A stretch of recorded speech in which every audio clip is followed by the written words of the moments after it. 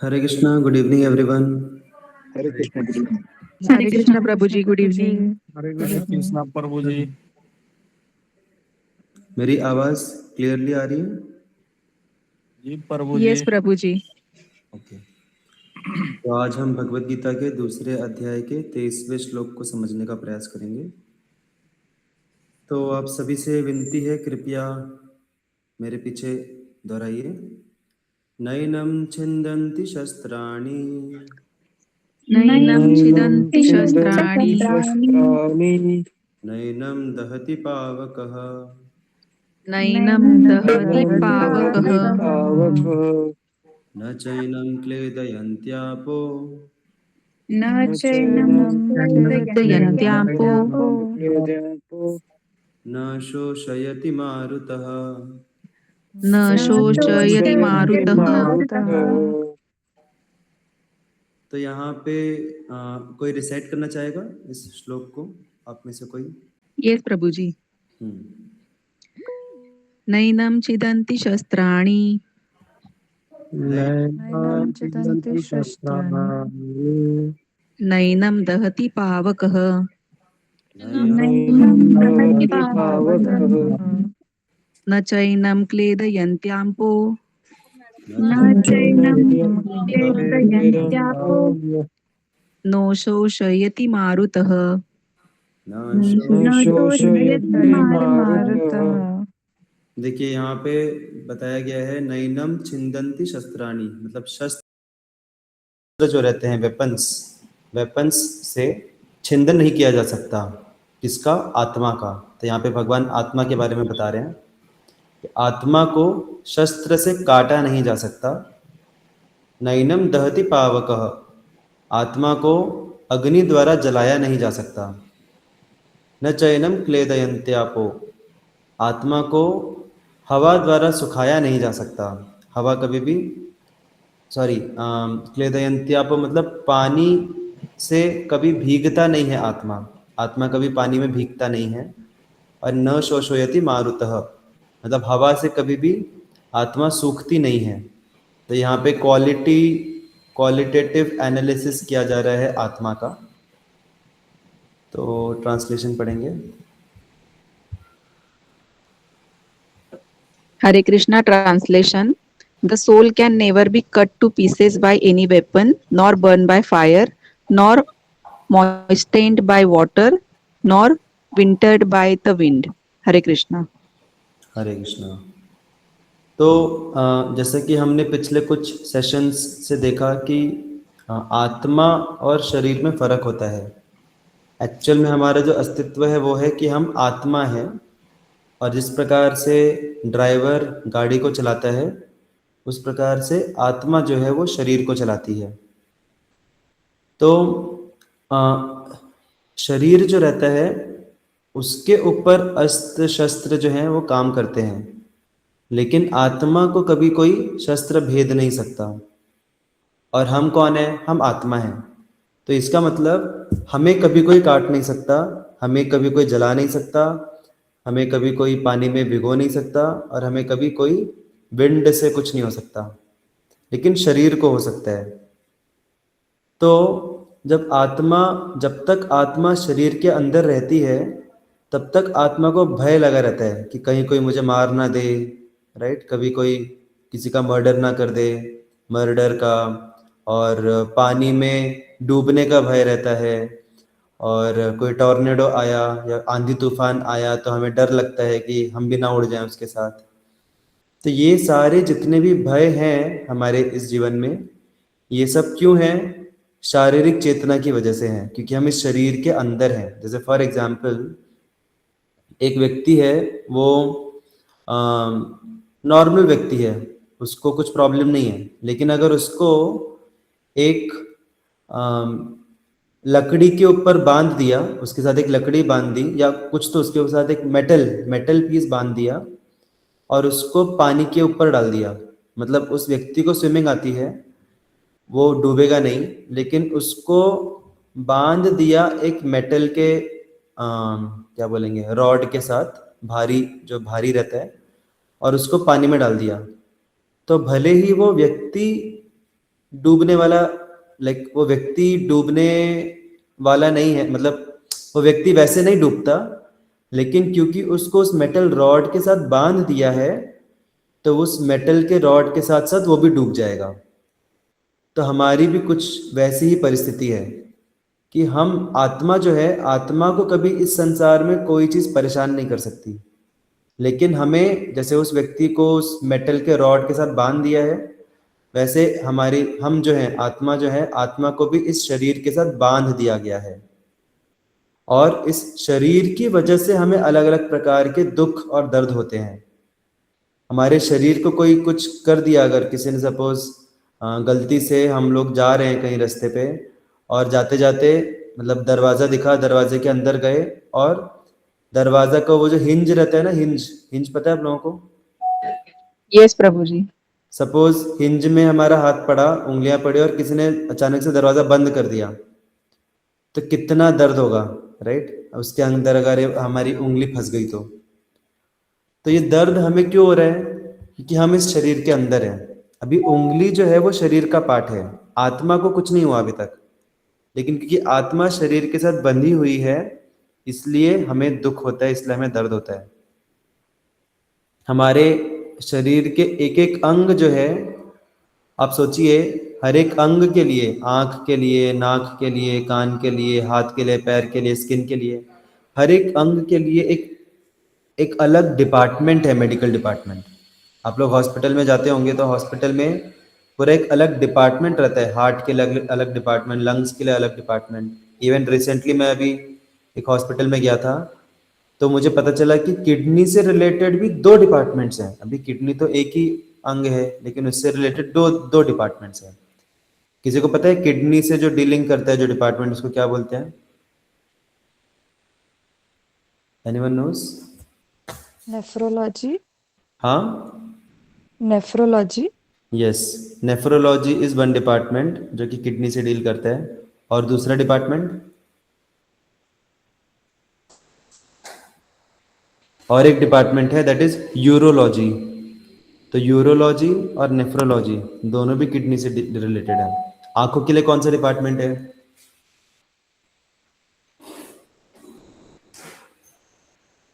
Ophthalmology. Ophthalmology.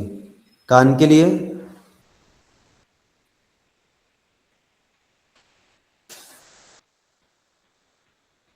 कान के लिए है कि नहीं कुछ? ईएनटी बोलते हैं। या ईएनटी, गुड। इसलिए मैंने थोड़ा सा टफ क्वेश्चन पूछा। तो ईएनटी जो है that is ear, nose, throat, तीनों से रिलेटेड डील करता है। तो एक एक अंग से रिलेटेड एक एक पूरा मेडिकल डिपार्टमेंट है, और जो स्टूडेंट्स रहते हैं, मेडिकल स्टूडेंट्स, पूरा अपना जीवन बिता देते हैं एक डिपार्टमेंट, एक शरीर के एक अंग के बारे में शोध करते हुए पूरा जीवन निकाल देते हैं, अपना पूरा एजुकेशन निकाल देते हैं, स्पेशलिस्ट जिनको बोलते हैं। तो आप सोचिए, हमारा जो शरीर है, एक एक अंग के ऊपर इतना मेडिकल डिपार्टमेंट है। इसका मतलब क्या हुआ? इसका मतलब हुआ कि हमारा एक एक अंग हमें कितना पीड़ा दे सकता है। पीड़ा दे सकता है, इसलिए तो उसके मेडिकल डिपार्टमेंट है ना, उस पीड़ा से डील करने के लिए। तो अभी आप सोचिए, हमारी जो उंगली है, सॉरी मैं आप लोगों को थोड़ा डरा रहा हूँ, बट ये फैक्ट्स हैं, this whatever we are discussing it's a fact. हमारी जो उंगली है वो किन अलग अलग तरीकों से हमें सुख दे सकती है। उंगली 2 या 3 तरीके होंगे ज़्यादा से ज़्यादा, वो भी नहीं होंगे। लेकिन वही उंगली जो है वो कितने तरीकों से हमें दर्द दे सकती है, अनलिमिटेड तरीके हैं। कट गई तो, छिल गई तो, दरवाजे के बीच में आ गई तो, या फिर और क्या हो सकता है, चुभ गई तो, कुछ तो अगर चुभ गया तो एक एक अंग जो है हमारा, वो बहुत ज़्यादा हमें पीड़ा प्रदान कर सकता है। इसीलिए हमारे शास्त्र बोलते हैं कि आत्मा जो है, आत्मा के लिए ये जो शरीर है ना, ये एक इंसल्ट है। ये जो शरीर जिसको हम बहुत एक सुविधा का स्रोत मानते हैं, हम एन्जॉयमेंट का स्रोत मानते हैं इस शरीर को, लेकिन एक्चुअल में आत्मा के लिए एक इंसल्ट है ये शरीर। इट्स लाइक, अभी आप इमेजिन कीजिए कि कोई एक व्यक्ति है, वो क्या बोलते हैं इसको, बॉक्सिंग ग्लव्स। आप में से किसी ने कभी बॉक्सिंग ग्लव्स पहन के कभी खाना खाया है क्या? कभी ट्राई किया किसी ने? ठीक है, चलो आप सभी के लिए असाइनमेंट, होमवर्क, ठीक है। आप लोगों को बॉक्सिंग ग्लव्स पहन के एक बार खाने का ट्राई करना है। उसके लिए पहले ऑफ कोर्स बॉक्सिंग ग्लव्स खरीदना पड़ेगा आप लोगों को। तो बॉक्सिंग ग्लव्स पहन के खाना आसान है क्या बहुत? नहीं, सब कुछ नहीं हमारे प्रभु कपड़े, जी। सब कुछ हमारे कपड़े पे गिरेगा, राइट। तो सामान्यतः डायरेक्टली हाथ से खाना आसान है, लेकिन बॉक्सिंग ग्लव्स के साथ खाना बहुत मुश्किल है। लेकिन अब सोचिए, अगर कोई व्यक्ति है जिसको बचपन से सिखाया गया है, मतलब वो पैदा हुआ था बॉक्सिंग ग्लव्स के साथ। आप इमेजिन, अभी पॉसिबल नहीं है बट इमेजिन कीजिए कि एक व्यक्ति है जो पैदा हुआ बॉक्सिंग ग्लव्स के साथ, उसके दोनों हाथ में बॉक्सिंग ग्लव्स हैं पैदा होते ही। तो क्या वो खा पाएगा खाना? खाना ही पड़ेगा ना, खाए बिना जिएगा कैसे? तो भले ही बहुत मुश्किल होगी उसको, लेकिन धीरे धीरे वो अडेप्ट कर लेगा खुद को, धीरे धीरे वो एडजस्ट कर लेगा कुछ ना कुछ तरीके से। अभी जैसे हम लोग नॉर्मल हाथ से सपोज हमारे मुट्ठी में कुछ 100 ग्राम सपोज अगर आ जाता है कुछ मटेरियल, तो उसके बॉक्सिंग ग्लव्स में 10 ग्राम ही आ पाएगा, उतना ही वो पकड़ पाएगा। लेकिन वो उसमें ही संतुष्ट रहेगा। क्यों क्यों संतुष्ट रहेगा उसमें ही? उसको वही आदत पड़ चुकी होगी ना पहले हाँ, से। उसको और कुछ पता ही नहीं है ना, बचपन से वैसे ही खाते आ रहा है बेचारा, तो उसको लगता है कि वही नॉर्मल है। और अगर सपोज उसको बोला जाए कि अभी हम एक सर्जरी करने वाले हैं और तुम्हारे बॉक्सिंग ग्लव्स निकाल के हम नॉर्मल हाथ लगाने वाले हैं तुमको, तो क्या वो रेडी होगा? नहीं होगा रेडी। क्यों? क्योंकि बचपन से उसको आदत है बॉक्सिंग ग्लव्स के साथ खाने की। तो भले ही बॉक्सिंग ग्लव्स के साथ खाना खाना मुश्किल है, लेकिन क्योंकि उसको बचपन से आदत है तो इसलिए वो उसके हिसाब से अडेप्ट हो गया है। और भले ही उसको अच्छे हाथ दिए जाएं, लेकिन वो उसके लिए रेडी नहीं रहेगा क्योंकि उसको बचपन से आदत है। उसी प्रकार से ये जो शरीर है हमारा, ये भी बॉक्सिंग ग्लव्स की तरह है। ये शरीर की वजह से हमें बहुत सारी पीड़ाएं होती हैं, बहुत सारे लिमिटेशंस होते हैं। आत्मा जो है, आत्मा स्वतंत्र होकर बहुत सारे कार्य करना चाहता है, और आत्मा के बलबूते में भी है। आत्मा के मतलब आत्मा बहुत कुछ कर सकता है। लेकिन जब आत्मा को ये बॉक्सिंग ग्लव्स पहना दिया जाता है शरीर रूपी, तो फिर उसके ऊपर सीमा आ जाती है बहुत ज़्यादा। और उस सीमा की वजह से उस, क्योंकि शुरू से ही हमने जब से होश संभाला तब से इस शरीर के अंदर ही पाया खुद को, तो हमने खुद को अडेप्ट कर लिया। आप में से किसी ने कभी नवजात शिशु को देखा है? पेट में से जब निकलता है बच्चा, कितना रोता है, राइट, अनकंट्रोल्ड रोता है। और जब देखो तब रोता ही रहता है। क्यों रोते रहता है वो? क्योंकि उसको आदत नहीं है। अभी जब बच्चा पैदा हुआ है तो आत्मा जो है वो शरीर के अंदर गई है, और शरीर के अंदर अभी वो जीवन जी रही है। तो आत्मा को आदत नहीं होती जब पैदा होती है ना, जब पैदा होता है बच्चा तो उसको आदत नहीं होती शरीर की, इसलिए रोता है वो बहुत। लेकिन धीरे धीरे धीरे धीरे फिर वो खुद को एडजस्ट कर लेता है, धीरे धीरे खुद को अडेप्ट कर लेता है वो शरीर में, और फिर उसको लगने लग जाता है कि मैं ही ये शरीर हूँ। लेकिन वास्तविक रूप में ये शरीर जो है एक बंधन का स्रोत है। ये शरीर एक एन्जॉयमेंट का स्रोत नहीं है। एक्चुअल में जो आत्मा है, आत्मा अनलिमिटेड एन्जॉयमेंट कर सकती है, आत्मा अनलिमिटेड हैप्पीनेस एक्सपीरियंस कर सकती है।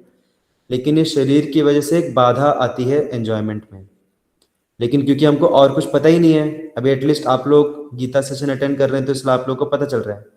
नहीं तो अदरवाइज जो सामान्य लोग हैं उनको तो कुछ पता ही नहीं है, उनको तो ये भी नहीं पता कि हम ये शरीर नहीं आत्मा है, इतना भी नहीं पता उनको। तो इसीलिए वो शरीर के ही बलबूते पे अलग अलग प्रकार के एंजॉयमेंट निकालने का प्रयास करते हैं। लेकिन आप लोग मुझे बताइए, इस शरीर से हम कितना भी एंजॉयमेंट निकाल सकते हैं क्या शरीर से? Can we enjoy unlimitedly through this body? No, इस शरीर की बहुत सारी लिमिटेशंस रहती हैं। लेकिन हमारी भूख जो रहती है एंजॉयमेंट की, हमारी एंजॉयमेंट की भूख लिमिटेड है या अनलिमिटेड है?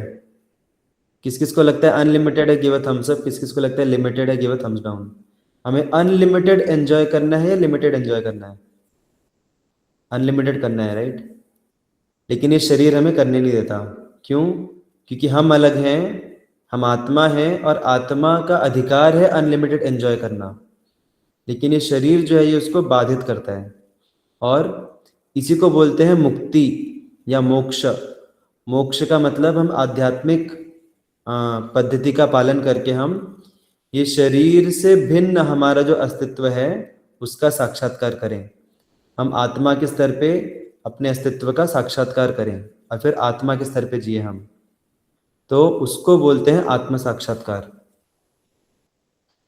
बाय प्रैक्टिसिंग भक्ति, हम जब स्पिरिचुअलिटी प्रैक्टिस करते हैं तो उससे धीरे धीरे हमारा आत्म साक्षात्कार बढ़ता है और फिर हम शारीरिक लिमिटेशंस के बियॉन्ड जा पाते हैं। वी कैन गो बियॉन्ड शारीरिक लिमिटेशंस, कि हम आत्मा के स्तर पे जीवन को जीते हैं। एंड अल्टीमेटली जो ऐसा सिद्ध व्यक्ति जो रहता है, ऐसा सिद्ध व्यक्ति मतलब ऐसा नहीं कि कोई तो अलग से कोई तो व्यक्ति है, एलियन है, ऐसा नहीं।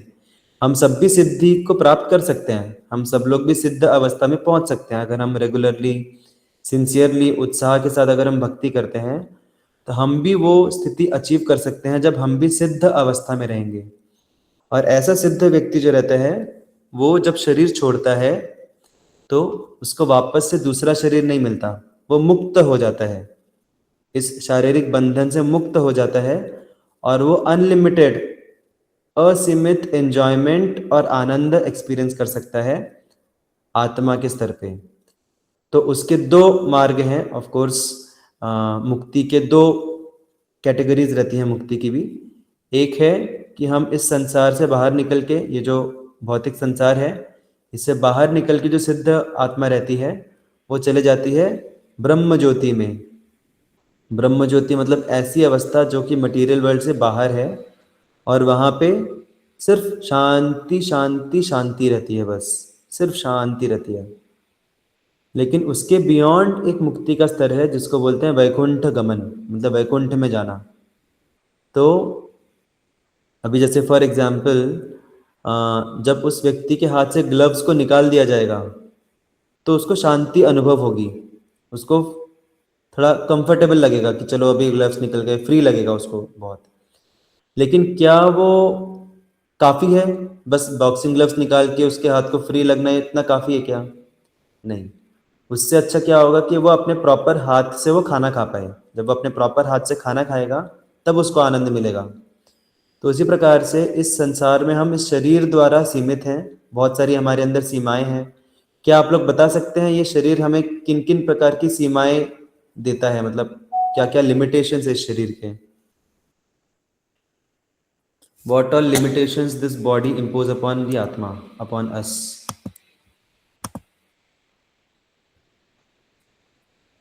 ज़्यादा काम से थक जाता है, वेरी गुड, हम थक जाते हैं। और आ, अभी लाइक मैं जब नया नया आया था तो मुझे एक भक्त ने बोला था कि मैं भगवत धाम क्यों जाना चाहता हूँ, वैकुंठ क्यों जाना चाहता हूँ, क्योंकि इस शरीर में मैं अनलिमिटेड गुलाब जामुन नहीं खा सकता। मैं अनलिमिटेड नहीं खा सकता, शरीर बाधित करता है। तो मैं चाहता हूँ कि मैं आत्मा के स्तर पे मैं आध्यात्मिक जगत में चले जाऊँ और वहाँ पे भगवान के साथ अनलिमिटेड गुलाब जामुन खाऊं। आप में से कौन कौन चाहता है अनलिमिटेड गुलाब जामुन खाना?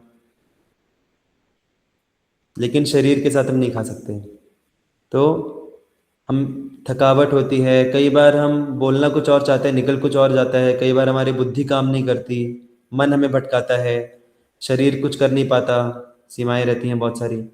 तो ये सारी जो सीमाएं हैं शरीर की हैं, और जितना अच्छे से हम भगवत गीता पढ़ेंगे और भक्ति करेंगे, स्पिरिचुअलिटी प्रैक्टिस करेंगे, उतना धीरे धीरे हम शारीरिक चेतना से ऊपर उठ के अपनी वास्तविक मूल्य जो स्थिति है, मूल स्थिति जो है आत्मा की, उसके तरफ हम अग्रसर होंगे। आत्म साक्षात्कार हमारा बढ़ेगा और जैसे जैसे ये आत्म साक्षात्कार बढ़ेगा हम सिद्धि की तरफ प्रोग्रेस होंगे, और सिद्धि मिलने के बाद हमें फिर वापस से जन्म नहीं लेना पड़ेगा, वापस से ये जो बॉक्सिंग ग्लव है शरीर का वो नहीं पहनना पड़ेगा। हम मुक्त हो जाएंगे और मुक्त होके हम भगवान के भगवत धाम में जाके हम फुल अनलिमिटेड एंजॉयमेंट कर सकते हैं भगवान के साथ। So that is the goal of spirituality. That is the goal of Bhagavad Gita. So we'll stop here. Already we are way beyond time. Hare Krishna. Srimad Bhagavad Gita ki जय जय श्रील प्रभुपाद की जय